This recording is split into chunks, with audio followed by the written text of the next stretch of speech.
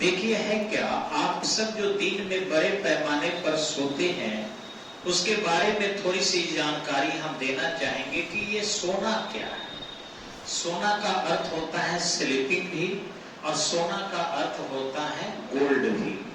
ऐसे सोना को जब गोल्ड हो जाएगा तो स्वर्ण शुद्ध शब्द हो जाता है, और ये सोना यानी नींद की बात आती है तो इसका स्लीपिंग अंग्रेजी हो जाता है।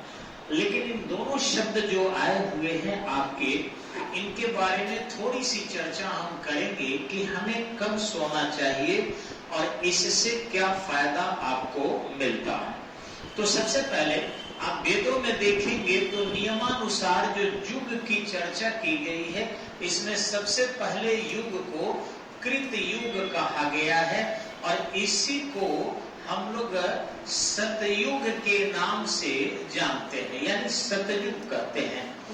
दूसरा युग जो था आपका द्वापर था, ठीक है, और तीसरा युग में जो था आपका वह त्रेता था। तीसरा में आपका त्रेता था, और चौथा में जो अभी हम लोग कलयुग है, इस युग में हम लोग अभी जी रहे हैं।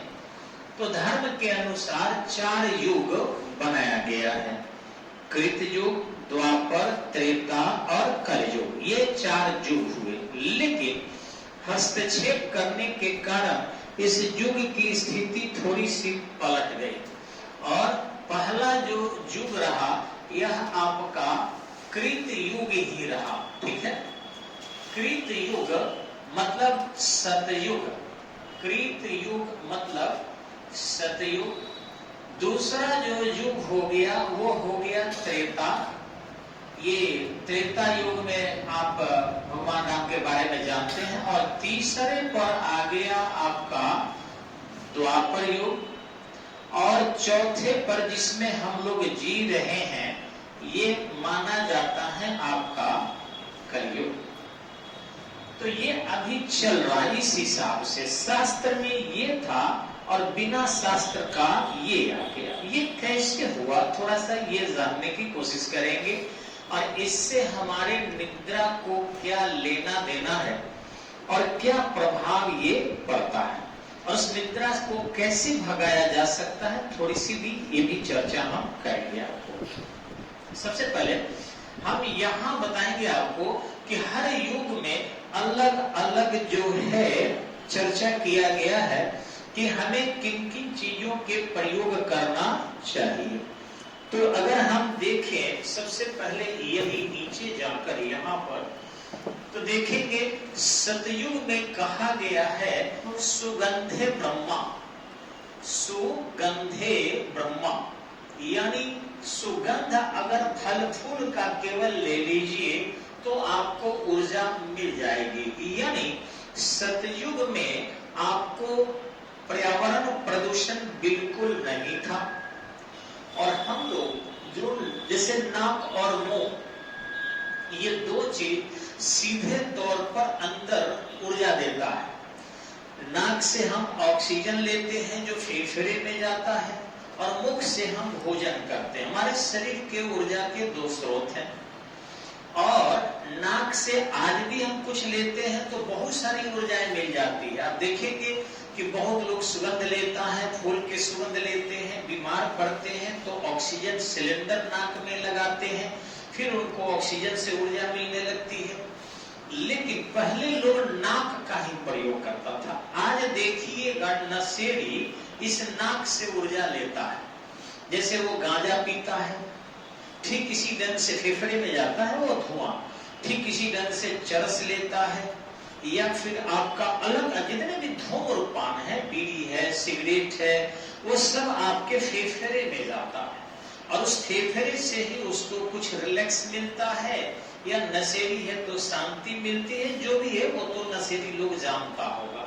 तो कहना ये है कि आपको उससे उन लोगों को ऊर्जा जरूर मिलती होगी, गंजेरी को, भनेरी को, या फिर जो चरसी है, इन सबों को जरूर कुछ ना कुछ मिलता है, तभी उसके लिए वो बेचैन रहते हैं। दूसरा कि हम लोग भोजन लेते हैं जो आमाशय में जाता है, और जो फेफड़े में जाता है सीधे ब्लड में जाता है।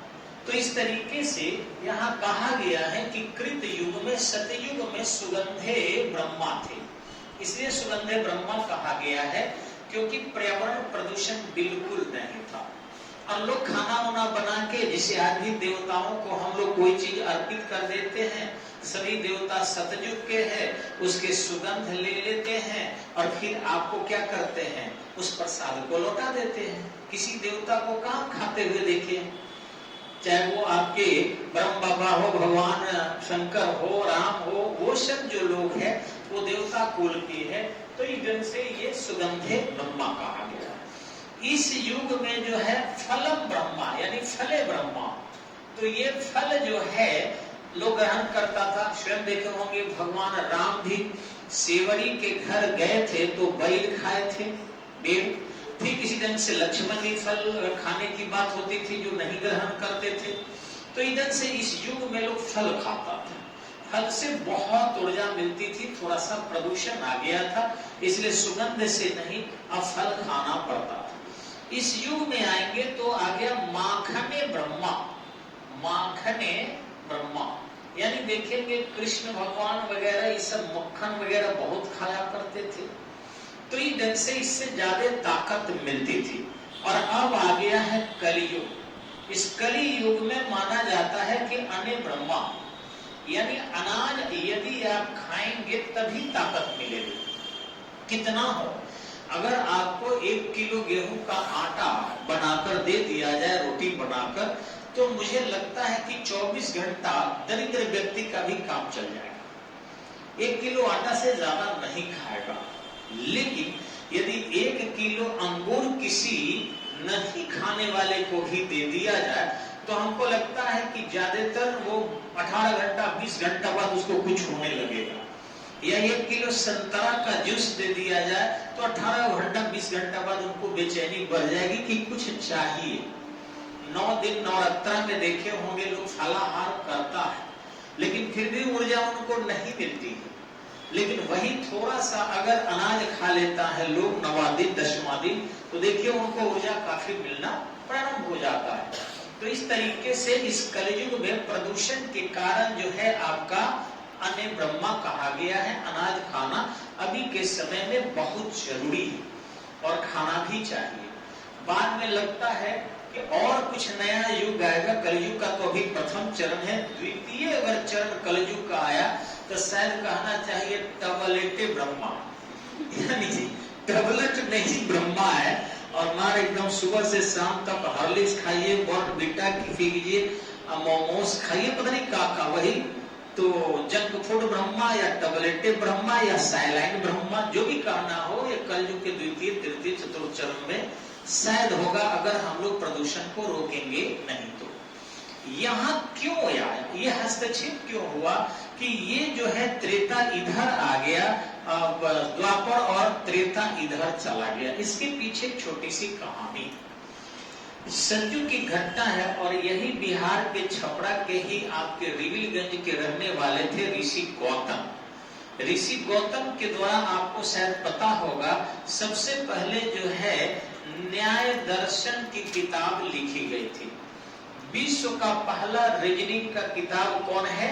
न्याय दर्शन। विश्व का पहला तर्क शास्त्र की पुस्तक कौन है? न्याय दर्शन। एकदम याद रखिएगा आप। तो इस न्याय दर्शन को किसने लिखा था? गौतम ने। ये गौतम ऋषि कहाँ के थे? ये गोदना सेमरिया छपरा जिला के थे। और इस न्याय दर्शन में उन्होंने बहुत सारा वैज्ञानिक तर्क वितर्क किया था। हालांकि 1-2 तर्क वितर्क उनका गलत भी रहा। तो इस तरीके से ये सतयुग के थे। इनकी पत्नी जो थी अहिल्या थी। किसी कारणवश अहिल्या जो है अपवित्र हो गई और फिर गौतम ऋषि ने उन्हें मानसिक रूप से श्राप दिया, यानी कहा तुम पत्थर हो जा। तो मानसिक रूप से वो पत्थर हो गई, शारीरिक रूप से तो मैंने देखा नहीं, लेकिन ये माना जाता। तो उस पर जो है अहिल्या ने उनसे पूछा कि मेरी अपराध क्या है? वो कहे ये मैं नहीं जानता हूँ। हाँ, एक ध्यान रखना कि इस सतयुग के बाद त्रेता आएगा जिसमें तारनहार आएंगे।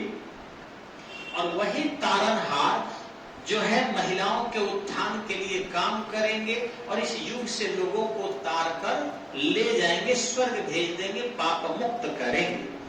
चाहे वो सेवरी हो या तारकासुर हो या तुम साध्वी हो, सबको तारने का काम स्वयं प्रभु आएंगे, विष्णु भगवान मानव के अवतार में। अब लीजिए, तो बीच में पड़ रहा था आपका द्वापर। अब ये कहे थे कि त्रेता में भगवान राम आएंगे, तो इसीलिए इसको जो है भगवान शिव ने कर दिया पहले और इसको कर दिया द्वापर को बाद में। तो त्रेता आ गया दूसरे नंबर पर। अब त्रेता आ गया, भगवान राम आए, फिर जो हुआ उसको अब ज्यादा नहीं करना है। फिर उसके बाद द्वापर आ गया। अब द्वापर आया तो इसका कहना था कलयुग को कि भैया मैं तो आने वाला हूं त्रेता के बाद। ये देखिए, ये त्रेता के बाद कौन आने वाला था? कलयुग। तो कलयुग कहा कि त्रेता के बाद मैं आऊंगा। अब द्वापर की बारी समाप्त हो गई, द्वापर नहीं आएंगे। तो भगवान कृष्ण ने अपने जूती से दाब दिया कलयुग को और कहा कि तुमको हम उभरने नहीं देंगे, मैं आ रहा हूं। कलयुग में ठीक है कि परिवार में ही संघर्ष होगा, मामा भगीना तो संघर्ष करेगा ही करेगा। कलयुग में भाई भाई से लड़ेगा, बाप बेटा से लड़ेगा, पति पत्नी से लड़ेगी, पत्नी पति से लड़ेंगे। ये कलयुग में ये द्वंद्व होगा। लोग कई बार अपने शरीर से झगड़ा करेगा, क्योंकि शरीर चेहरे सामने होंगे तो गोरा करने के लिए क्रीम लगाएगा, बाल सफेद हो जाएंगे, मोछ सफेद हो जाएंगे तो डाई लगा लगा कर लोग उसको काला करेगा। वृद्ध शरीर को भी जवान दिखाने का प्रयास करेगा। ये कलयुग में सब कुछ कृत्रिम हो जाएगा और उस कृत्रिम के लिए तुम अगर बल प्रयोग करोगे तो हम नहीं आने देंगे। उन्होंने अपने जूते से उसको रोक दिया, खड़ाऊ से रोक दिया। अब जो है त्रेता काफी, कलयुग काफी परेशान हो गया और तब कलयुग भगवान कृष्ण को कहा भी कि जिस पैर से आपने मुझे दाबा है वही पैर आपके अंत का कारण बनेगा। और सही बात है, कलयुग में चमक दमक के प्रति लोग आकर्षित होता है। चाहे चेहरे की सुंदर महिला हो, चेहरे के सुंदर पुरुष हो, कर्म उसका नहीं देखेंगे कि वो दिल से सुंदर है कि नहीं। चेहरे सुंदर शहर हो, सुंदर रोड हो, सुंदर मकान हो, सुंदर गाड़ी हो, बस जहां चमक होगी लोगों का आकर्षण वही होगा। बस उसके अंदर के भावनाओं को लोग देखने वाला नहीं।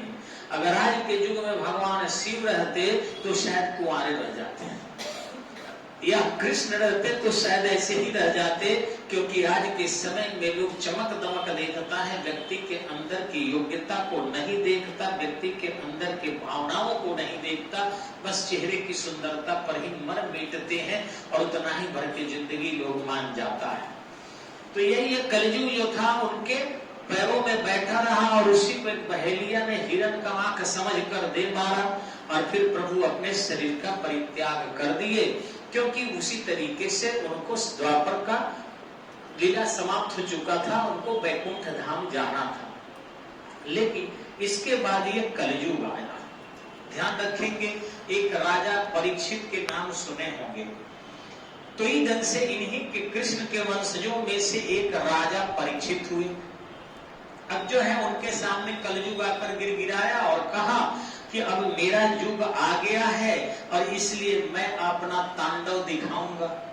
परीक्षित ने कहा नहीं, हम जो है कृष्ण के वंशज है और हमारे रहते तुमको नहीं आने दिया जाएगा, चाहे जो हो जाए। अथर्ववेद में ये कहानी लिखा गया है और अथर्ववेद को 4 वेदों में से ऐतिहासिक वेद माना जाता है। तो ध्यान रखेंगे, उसको पढ़ लीजिएगा आप लोग, उसमें सुस्पष्टता इसकी चर्चा है। तो राजा परीक्षित ने कहा कि सुनो कलयुग, कोई एक चीज मुझसे मांग लो। कलयुग ने कहा कि किस पर कहा आप मुझे रखना चाहते हैं, तो जहां मन करे एक कोई जगह मांग लो। उसने कहा निद्रा, नहीं सोना, सोना हमें दे दीजिए। तो राजा को ध्यान नहीं रहा कि सोना का मुकुट है, बस उन्हीं के मुकुट पर चला गया और उनको जो है नर्वस कर दिया। अब एक संत बैठकर तपस्या कर रहे थे, बगल में एक सांप था, राजा नर्वस हो गए, मार के और उसके गर्दन में लपेट दिए, चले गए। शिष्य आया तो देखा कि मेरे गुरुजी के गर्दन में सांप लपेटा हुआ है। ये कहानी सुने होंगे आप लोग। उसके बाद जो है वह शिष्य पानी उस पर फेंक कर जिंदा कर दिया और इस चीज को कहा कि कोई भी सांप जब तक उसके गर्दन के ऊपर का पार्ट नहीं तोड़ा जाएगा वो जिंदा रहेगा। उसकी आंख में वो शक्ति दी है कि वो तस्वीर बताए कि कौन आदमी उसको मारा। सांप ने बता दिया कि कौन मुझे मारा। कहा ठीक है, तो तुम ही जाकर उस आदमी को डस लेना, और सर्पदंश से मरे हुए आदमी को मोक्ष जल्दी नहीं मिलता है, शास्त्रों में ऐसा लिखा हुआ। राजा को जब पता चला तो उनके सभी पुत्र समेत यज्ञ करने लगे कि सर्पदंश से मोक्ष मिल जाए। उसमें जो है एक वैद्य थे जो वहां पहुंचकर उनको जिंदा करने का प्रयास करते। इस समय में बहुत सारी कहानियां हैं, वो सब कहानी आपको इतिहास, प्राचीन इतिहास जब कराएंगे, अथर्ववेद तो करा देंगे।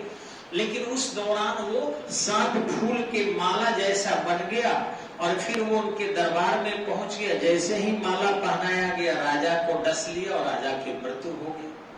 अब उनका पुत्र जो था जन्मेजय यज्ञ किया, और यज्ञ करने के बाद ये तय हुआ कि जितने संसार के सांप हैं उनको मार डाला जाए, और वैसी स्थिति में मंत्र के उच्चारण से सारे सांप मर गए। लेकिन इस पर जन्मेजय पूछा था कि हे ब्राह्मणों, आप मुझे बताना मेरे पिता को किसने डसा था। अब वो आया ही नहीं। मंत्र से लोग बुलाए तो विष्णु भगवान के चरण में लिपटा हुआ था। स्वयं विष्णु भगवान के आसन ही आगे उस अग्नि कुंड के लिए। ब्राह्मणों ने कहा देखिए, विष्णु के लिए चारपाई में लिपटा हुआ है आसन में, और इस तरीके से कहिए तो उनको भी मंत्र से अग्नि में डाल दे हम लोग। उस पर जन्मेजय ने कहा नहीं। फिर पूछे उससे कि हे नाथ, ये बताओ तूने मेरे पिता को क्यों डसा। उन्होंने कहा मैंने नहीं डसा, मुझे तो कलयुग ने कहा कि जाके डस।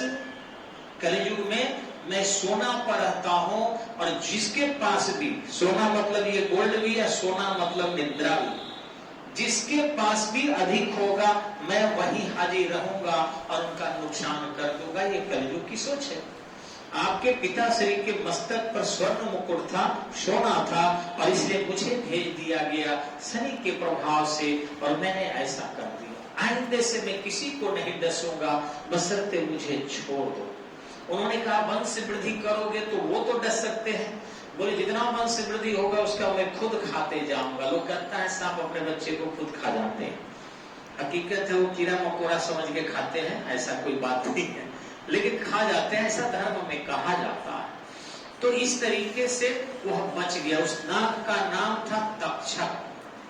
तो कहा अगर तुम ही कहीं तुम्हारे वंशज बच गए और डस लिए तो जवाब दिया अगर आपका नाम कोई ले लेगा और मेरा नाम ले लेगा तो कोई दुनिया का सांप नहीं डसेगा। उस समय ये मंत्र बना था, जय जन्मेजय जय तक्षक, जय जन्मेजय जय तक्षक। लोग आज भी देख कर कहता है सांप को कि जय जन्मेजय जय तक्षक की नहीं डसेगा। ऐसा कुछ नहीं है, लेकिन हो सकता है डसने वाला हो तो नामे नहीं याद आए आपको कि जय जन्मेजय जय तक्षक हम कहे। लेकिन मैं आपको याद दिलाना चाहता हूं कि जिसके पास भी सोना ज्यादा होगा, ध्यान रखिएगा, ये चाहे वो नींद वाला सोना हो या ये गोल्ड वाला सोना हो, उस पर शनि अटैक कर देगा और इस तरीके से उनका नुकसान होना प्रारंभ हो जाएगा। इसलिए कम से कम नींद वाला सोना का आप परित्याग कीजिए, यानी कोशिश कीजिए कम से कम सोएं और ज्यादा से ज्यादा युवा है विकास करें, और नहीं तो कलयुग आपके ऊपर मंडराएगा। जितना देर ज्यादा सोएंगे आप, और इस तरीके से आपका उतना ही क्षति होगा। जब कृष्ण को यह नहीं बख्शा, राजा परीक्षित को नहीं बख्शा, तो सोने से हम लोगों का क्यों बख्शेगा, यानी हम लोगों का भी नुकसान हो सकता। इसलिए जब शरीर साथ न दे तभी सोना नवयुवक को चाहिए, क्योंकि बच्चों को, स्त्री को, रोगी को और वृद्ध को वो कहता है कि हम नहीं नुकसान करेंगे। लेकिन नवयुवक यदि सोते हैं, अगर दिन में सोते हैं या जरूरत से ज्यादा सोते हैं, तो उनके भविष्य को मैं खा जाता हूं।